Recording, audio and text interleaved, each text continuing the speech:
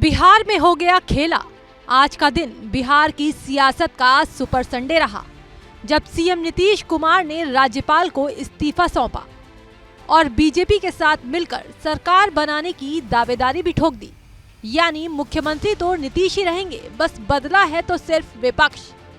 बहरहाल 1.5 साल पहले एनडीए का साथ छोड़कर लालू के बेटे तेजस्वी के साथ सरकार बनाने वाले नीतीश एक बार फिर मोदी की शरण में पहुंच गए हैं, जिससे बीजेपी एक बार फिर जेडीयू के साथ बिहार में सत्ता में तो आ गई है, लेकिन बिहार में सत्ता की ये राह बीजेपी के लिए किसी चुनौती से कम नहीं रहने वाली, क्योंकि नीतीश के कई धुर विरोधी नेता जो पहले ही एनडीए का हिस्सा हैं, उन्हें अब मैनेज करना बीजेपी के लिए टेढ़ी खीर रहने वाली है। तो चलिए नजर डालते हैं वो कौन कौन से नेता हैं जिनका नीतीश के आने से राजनीतिक भविष्य खतरे में नजर आ रहा है।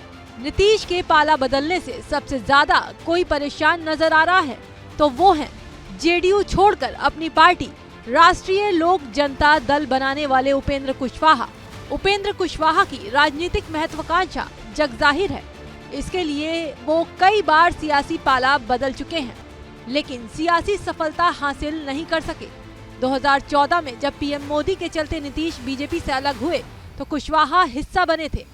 कुशवाहा जीतकर सांसद और केंद्रीय मंत्री रहे, लेकिन नीतीश की 2017 में एनडीए में आते ही उपेंद्र कुशवाहा साइडलाइन हो गए थे। इसके बाद उनको एनडीए छोड़नी पड़ गई थी और अब एक बार फिर नीतीश एनडीए के साथ आ गए हैं। ऐसे में कुशवाहा को डर है कि एनडीए उन्हें फिर किनारे न लगा दे। 2 दिन पहले नीतीश के आने को लेकर कुशवाहा ने चिंता भी जाहिर की थी। वैसे उपेंद्र कुशवाहा इकलौते नहीं हैं जिन्हें नीतीश के आने से डर लग रहा है। चिराग पासवान भी नीतीश के आने से थोड़ा असहज हैं। नीतीश की वापसी से चिराग की उम्मीदों को झटका लगने की संभावना है।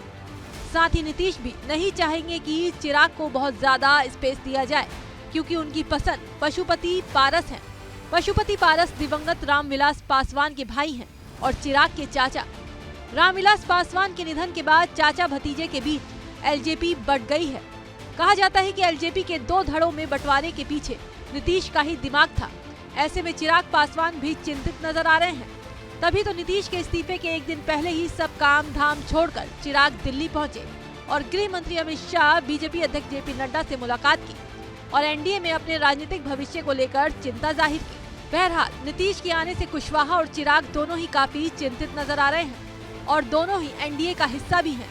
ऐसे में ये देखना होगा कि बीजेपी कैसे इन दोनों के सामंजस्य बैठाने का काम करती है, क्योंकि कुछ महीनों में लोकसभा चुनाव भी होने वाले हैं।